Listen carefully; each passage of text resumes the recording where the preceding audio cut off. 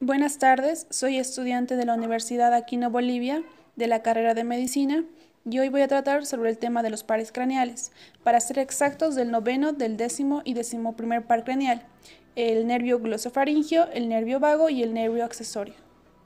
El nervio glosofaringio. El nervio glosofaringio es sensitivo motor. Mediante sus fibras motoras constituye a la inervación de los músculos de la faringe y algunos músculos de la lengua. Este nervio contiene fibras vegetativas destinadas a la parótida.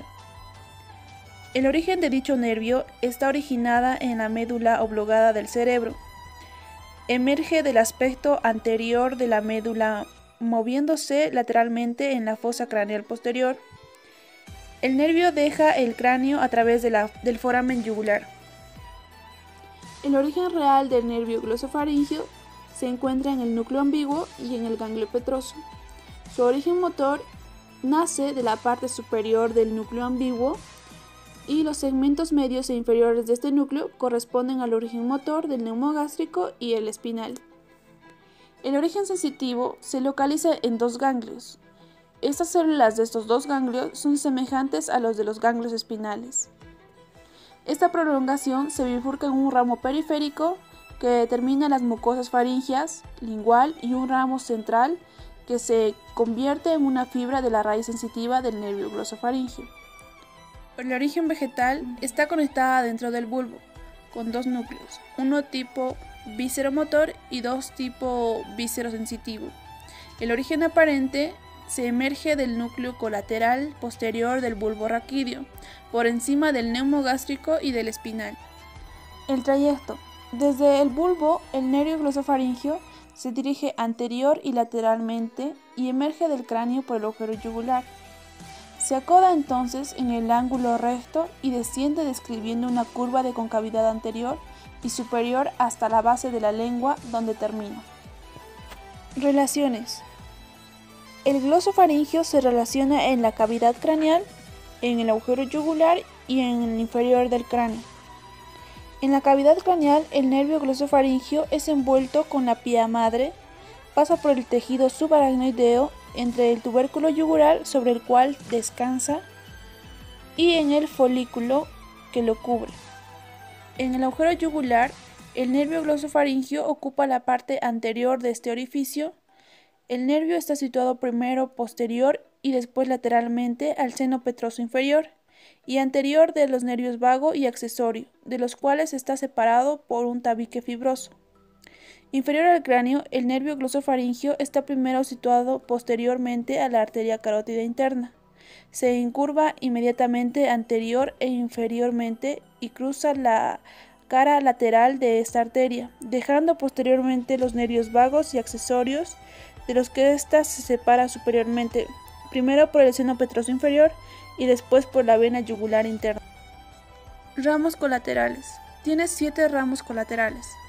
El primero, que es el ramo comunicante con el nervio facial. El segundo, que es el nervio timpánico, que también se divide en otros ramos, que son 2 ramos anteriores, 2 ramos posteriores, 2 ramos superiores, que son el nervio petroso profundo y el nervio petroso menor. El tercero, que son los ramos del seno carotidio. El cuarto, que son los ramos faringios. El quinto, que es el ramo del músculo estilofaringio. El sexto, que es el ramo del músculo estilofaringio. Los ramos terminales. Al llegar a la base de la lengua, el nervio glosofaringio se divide en numerosos ramos terminales, que se expanden en la mucosa de la lengua y alrededor de las papilas del surco terminal y posteriores a este. Comunicaciones.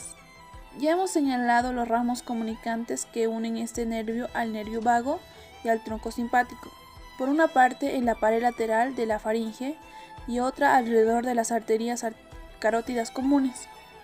También hemos descrito al hallar el nervio facial, el ramo comunicante que lo une a este nervio y la comunicación que recibe el nervio facial por un medio del ramo lingual. El nervio glosofaringio se comunica además en ocasiones con el nervio vago y el ganglio cervical superior del tronco simpático, cerca de la base del cráneo. Anatomía y funcionalidad del nervio glosofaringio. El nervio glosofaringio es en principio un nervio sensorial. Es el nervio del gusto que percibe por sus receptores los diferentes tipos de sabor. especialmente el dulce y el amargo.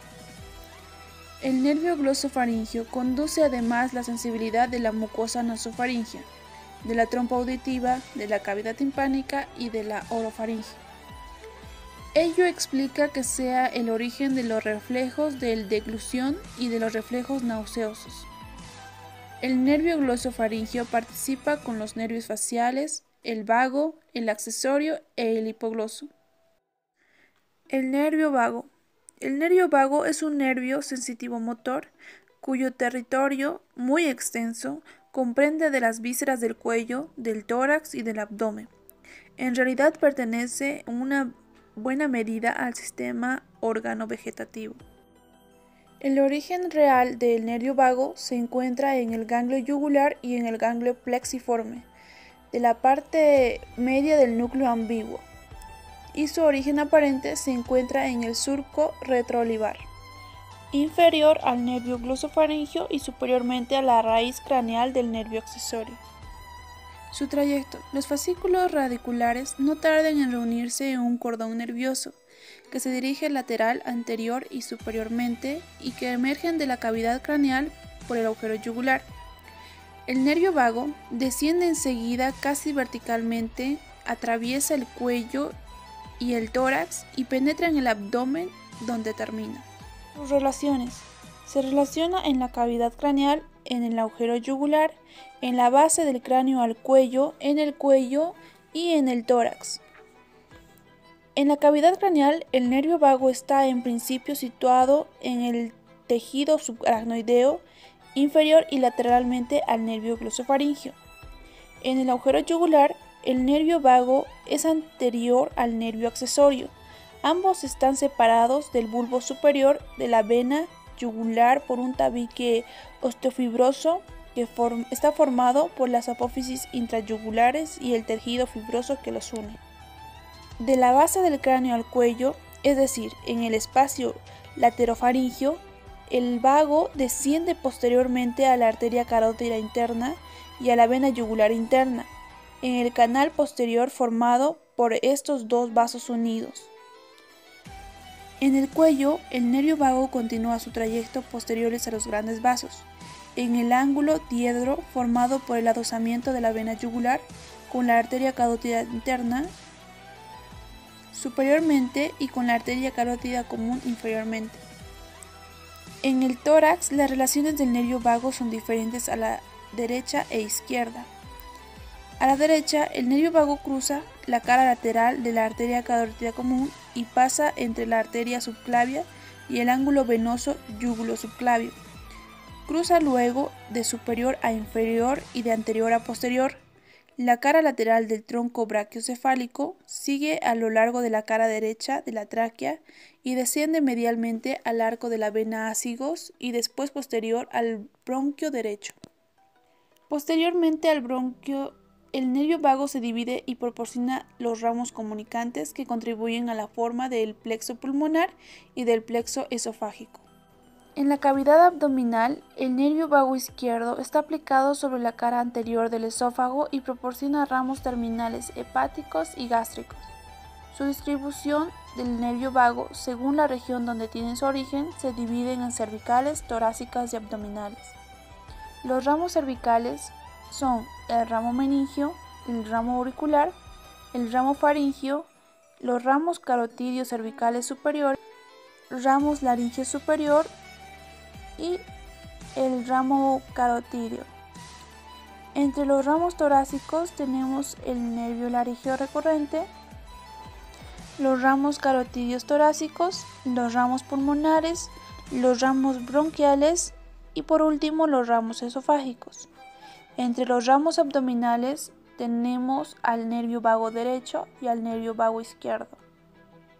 Sus comunicaciones del nervio vago se comunica con el nervio vago del lado opuesto, posteriormente a la bifurca traqueal, con el ramo interior del nervio accesorio que se une a él a la altura del extremo superior del ganglio inferior, con el nervio glosofaringio mediante un ramito que se une en el ganglio inferior a través del plexo faringio y el plexo carotídeo, al cual el nervio vago y el nervio laringio superior envían filetes con el nervio hipogloso y a la altura del ganglio inferior con el tronco simpático mediante ramos que se van del ganglio inferior del ganglio cervical superior y también mediante los plexos faringios, carotídeos y pulmonares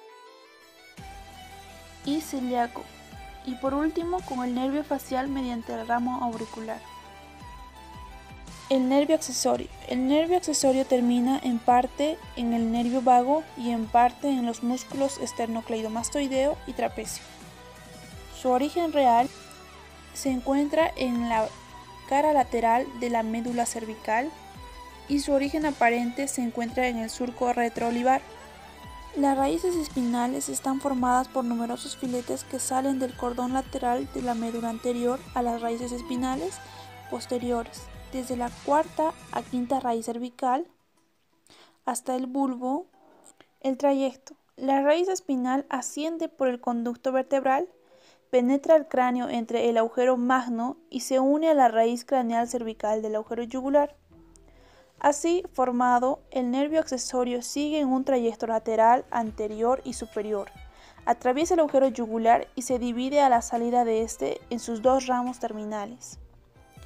Las relaciones en el conducto vertebral, en el agujero magno y en la cavidad craneal, como también en el agujero yugular. En el conducto vertebral, las raíces espinales están situadas posteriormente al ligamento dentado y anteriores de las raíces posteriores. En el agujero magno, cruza posteriormente el borde superior del ligamento dentado e inmediatamente después la cara posterior de la arteria vertebral. A esta altura, dos raíces de los nervios accesorios están en relación con el origen de la arteria de la cerebelosa inferior posterior, a menudo pasan medial y posteriormente a la arteria, aunque algunas veces lo hacen anterior y lateralmente a esta. En la cavidad craneal, el nervio accesorio discurre posterior e inferior al nervio vago. Establece las mismas relaciones que este con la pared craneal, el cerebro y las meninges. El nervio accesorio está en el mismo espacio que el nervio vago y posterior a este. Presenta las mismas relaciones a este nervio.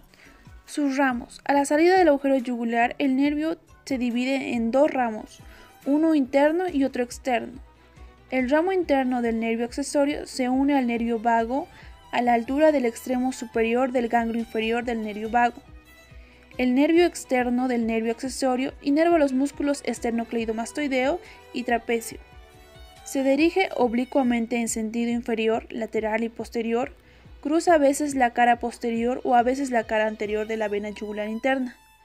Pasa posteriormente a los músculos estiloideo y digástrico y aborda la cara profunda del músculo esternocleidomastoideo unos 4 centímetros inferior a la apófisis mastoidea. Comunicaciones. En la descripción del nervio accesorio hemos señalado las comunicaciones que éste presenta con las raíces posteriores del nervio cervical, en el conducto vertebral con el conducto nervio vago mediante sus ramos terminales internos, con los ramos del plexo cervical en la cara profunda o en el espesor de los músculos esternocleidomastoideo y trapecio. Su anatomía. El nervio accesorio conduce la sensibilidad Anatomía funcional del nervio accesorio. El nervio accesorio conduce la sensibilidad propioceptiva de los músculos que inerva. Por lo tanto, desempeña un papel importante en el tono de los músculos del cuello. Sin embargo, es sobre todo un nervio motor.